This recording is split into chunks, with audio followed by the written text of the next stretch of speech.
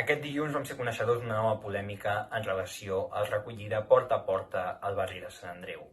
Aquest cop la polèmica sorgeix en relació a les noves bústies on els veïns poden dipositar bolquers.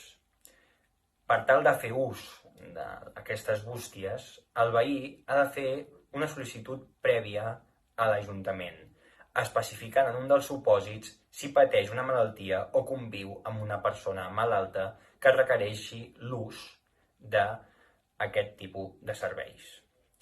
Des de Joves de Centre Català considerem que aquesta mesura que demana als ciutadans si estan malaltes o conviuen amb una persona malalta contradiu i infringeix el Reglament de Protecció de Dades.